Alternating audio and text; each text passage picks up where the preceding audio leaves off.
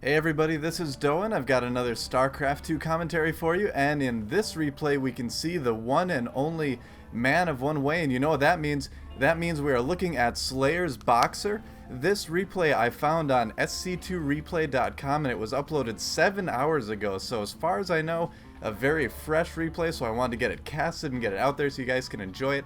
It has some really cool play, so I'm pretty psyched about this one. And his opponent in the lower left part of the map on Xel'Naga Caverns appears to be a Korean player. Obviously, well, not appears to be, it is a Korean player. I did some research, put the name through a translator, and I got Zenith Saliva, and I think I'm just going to leave off the Saliva part and just use Zenith. I did a little bit more research, and I had heard of a Korean player named Zenith previously, so I'm guessing that's who BoxeR's opponent is on Xel'Naga Caverns today. So we're going to have to see what happens here. A little bit of TvT. I know I've casted quite a bit of TvT lately, but it's BoxeR. You got to cast him. He's great. Of course, a huge Brood War player, kind of responsible for making esports as big as they are in Korea. And I've heard he just turned 30 recently too. So, you know, definitely showing that you don't have to be young to be good at StarCraft 2. And hopefully we'll see a good game from him today. So it looks like both players getting their builds off to a start. We have a barracks going down already for BoxeR. At the standard timing, everything looks pretty normal here. Gas going down on 13.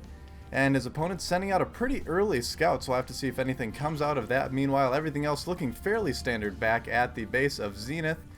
Getting that barracks up and his first gas as well. Both players bringing out their SCVs, not missing a step there. And XelNaga Caverns, of course, is one of the newer maps. I guess newer if you played in beta anyway. It was there right away when release came out, but I played a lot in beta, so I was used to it not being there. SCV scouting for Zenith, getting chased around the base of ManofOneway, otherwise known as Slayer's BoxeR. I kind of am curious if you would prefer to be known now as ManofOneway, or if it's still okay that we can call him BoxeR. BoxeR is a lot easier to say in replays, so I think I'm just going to stick with that. Marine chasing out the SCV of Zenith, but it looks like it is going to go down, getting trapped a little bit in a corner, so that's going to end the scouting for Zenith. A little bit of a loss early in the game. You want to try to keep that SCV alive, obviously. Gas being saturated by BoxeR. Now it looks like a factory, so BoxeR probably going with some sort of 1-1-1 type build, I'm guessing. 2 Marines guarding the ramp there. Meanwhile, if we look at Zenith's base, looks like he does have 2 gas and nothing else at this point. So a little bit of an interesting play here from Zenith. Not quite sure what he's going to do next. Looks like he is saving up a little bit, but you normally don't see Terran players get 2 gas so early in the game. Sending another SCV out, possibly to check out one of those Xel'Naga towers. And we do have an SCV moving to the top of Zenith's base. And we do have a very early Ghost Academy going down for Zenith. So Zenith going for some sort of really early Ghost play. So that's interesting. This is a very unorthodox Terran opening. In fact, I don't know if I've ever seen it before, so I'm really curious what's going to happen with this one. Meanwhile, we do have a reactor going down on the barracks, and I guess I was wrong about that 1-1-1. Looks like he's planning on doing some sort of double Hellion fast expand. That's usually what you see here in this particular situation. Yeah, there is the factory being switched with the reactor, and we have something else going on the map here too. On the right side, we have a proxy factory going up for Zenith as well. So Zenith with all sorts of trickery early in the game. And yeah, it appears that BoxeR still playing fairly standard. There's that command center, so BoxeR going for that double Hellion fast expand. If you've watched some other BoxeR replays lately, that's a fairly common thing for him to do, and it's a fairly common opening for most players to do if they're playing Terran these days. Looks like we do have a bunker going up at the ramp of Zenith, as well as the first Ghost coming out now. And do we have any upgrades yet for that Ghost Academy? Not yet, and it looks like Zenith is starting to float that factory across over to the base of BoxeR. So yeah, landing in the shadows, and I don't think BoxeR is going to be able to see that. Let's go back here. Yeah, that's going to be out of range of vision, so that's going to be a decent attack there. BoxeR in the meantime pushing out with some Hellions. Looks like he's doing a little bit of investigating, looking for some proxies, but he's looking in the wrong place because the proxy is actually in his base. Hellions down to the natural of Zenith.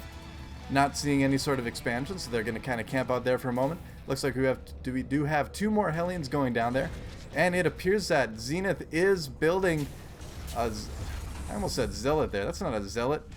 That's a Hellion. So he's building a Hellion out of his factory. He's going to send it right up to that mineral line to try to do some early damage to BoxeR, but BoxeR does see that Hellion come out, and I don't think he's going to be able to do too much damage. SCV is pushing that Hellion back easily, so it looks like Zenith not able to do quite as much damage as he wanted to, I'd imagine, with that proxy Hellion. Is he building anything more out of that? Doesn't look like he is.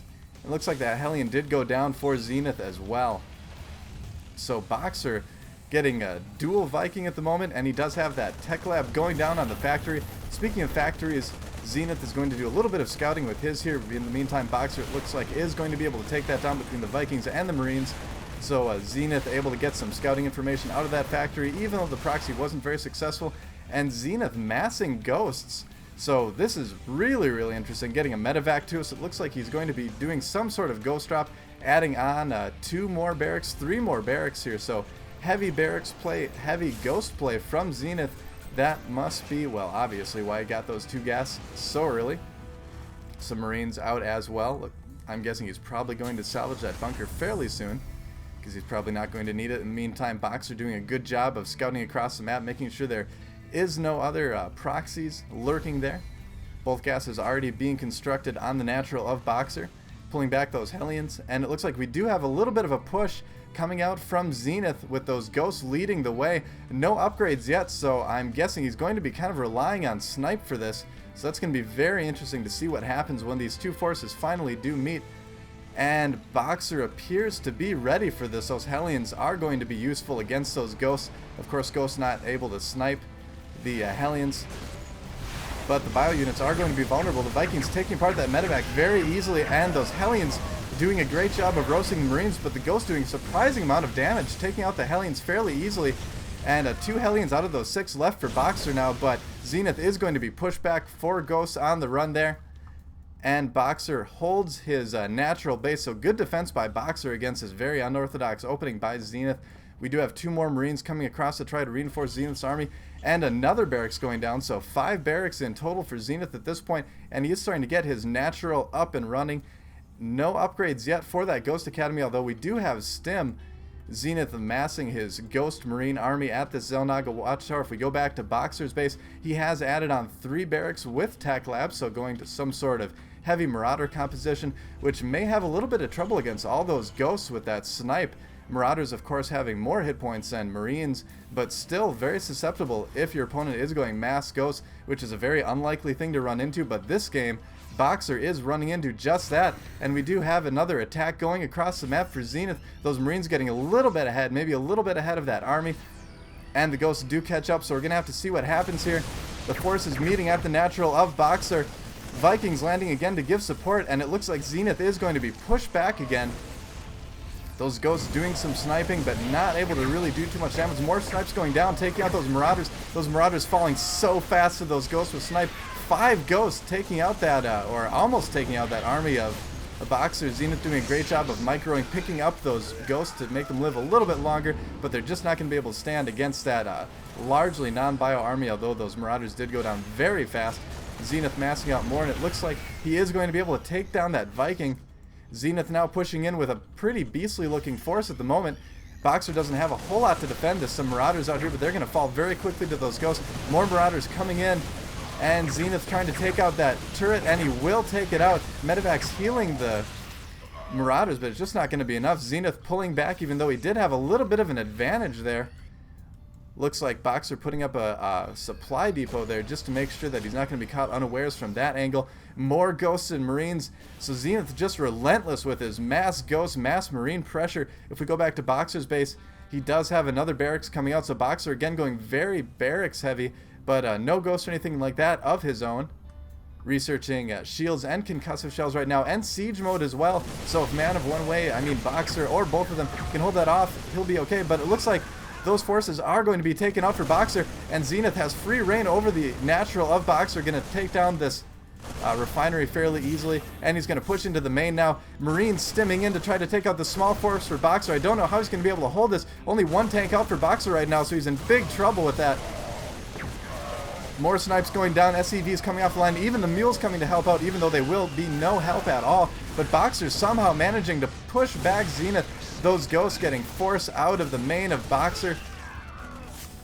running out of energy there, although that one does have a little bit of energy to snipe with those SCVs just able to tank some damage, but that's going to be a severe detriment in the terms of economy of BoxeR. Let's check the income tab real quick. Yeah, BoxeR behind 26 to 37 SCVs right now, so getting a little bit behind, but as you can see now, siege mode is finished, so this may help BoxeR stabilize just a little bit. Let's go back to Zenith's base, adding on yet more barracks, more tech labs. So right now we have a total of, it looks like 6 barracks, all with tech labs right now. I take that back, 1 with a reactor. So Zenith not letting up, still going with that mass bioplay. Looks like more Marines than Ghosts at the moment, and that natural finally getting underway for Zenith. So even though he was slightly behind in the economy, now he is able to swing ahead quite convincingly after being able to take out so much of BoxeR's forces. Turret going down again. Seeing that many Ghosts, you definitely don't want to be caught without any sort of cloak detection, but it looks like cloak hasn't even been researched yet. So Zenith just relying on that snipe ability against the mass bio of BoxeR to kind of take things out. It looks like we do have a drop coming across the map from BoxeR. He's going to be able to drop in these units unawares. We'll see if it does any damage at all. Zenith a little bit out of position. BoxeR really doesn't have anything to worry about in terms of forces, and that force from BoxeR going to work. Zenith pulling his workers away, BoxeR going in to cause a little bit of damage. He does kill one SCV building that supply depot right before it finishes, but a little bit of force is coming in from Zenith. 2 Marauders are not going to be able to do too much damage, but a larger army coming in, stimming in to try to take that out, and BoxeR does grab those and jump back in the medevac and makes it out just in time. So a fairly successful drop for BoxeR in that he didn't lose any of his units, but he didn't really cause a whole lot of damage either. So BoxeR trying to get any advantage he can at this point in time. If we go back to his base, it looks like he is starting to get almost mined out, but he does still have mass barracks, still producing tanks out of that factory. And as the siege tank numbers increase for BoxeR, he's going to be looking increasingly strong in this matchup. So the medevac is going to be able to provide some healing. Not going to be able to save against sniping too well, but it's going to be able to do something against this Marine Marauder ball. So it looks like Zenith moving away from mass Ghost into your more standard Marine Marauder. But I think BoxeR is going to be well prepared for this. Medevac doing a little bit of scouting, but he's getting pushed away from that Xel'Naga tower by that Marine. It looks like, yeah, it looks like Zenith about to do another attack at the natural. He's going to kill these units at the Xel'Naga first, but unfortunately that is going to let BoxeR know that there is something coming here. More units going down for BoxeR, but BoxeR looking very, very powerful at the moment. If we go to the army tab, both players about neck and neck, but BoxeR's army looking much more powerful just because he has more offensive units than workers right now for Zenith. If we go to the income tab, yeah, Zenith's still about 15 ahead, and BoxeR moving out across the map. He is going to take this gold expansion, breaking down the rocks to prepare for that. In the meantime, Zenith has already taken his gold, and the orbital command is going up at the gold for Zenith. And a large bio ball, Marine Marauder, and medevac there as well. So it looks like Zenith is moving across the map, and BoxeR appears to be fairly prepared for this. He does have 4 siege tanks, it appears. And BoxeR moving back a little bit, and the armies are about to meet here. BoxeR scanning ahead. He does see the forces of Zenith, forces him back a little bit. And BoxeR doing another scan just to make sure he knows where the units are. Both players going on the other side of this little divide here by the Xel'Naga tower. And BoxeR sieging up. Is he going to be able to reach the forces of Zenith? No, just barely out of range. He sieges all his units. Zenith just outside of the range of that siege tank. But he's going to move back in range. And BoxeR gets some free shots at the bio ball of Zenith. And it looks like those medevacs trying to do a little bit of healing, but not going to be able to do quite as much. And here comes a huge battle in the middle of the map.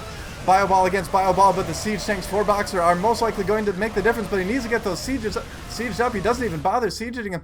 And Zenith does GG, knowing at this point BoxeR would be able to just counterattack and win the game. So Zenith with some very unique ghost play early in the game, kind of keeping BoxeR back on his heels, but BoxeR doing a great job of holding his natural, transitioning into those tanks with siege mode, and able to come back and win the game. So wow, really exciting replay. Cool game on Xel'Naga Caverns. I love watching BoxeR. I can't wait till more of these old Brood War pros switch over and bring their unique styles to StarCraft 2. Hope you enjoyed this replay a lot. I know I did. If you liked it, please subscribe and tell your friends. Otherwise, keep playing StarCraft 2, guys, and I'll see you on the next cast.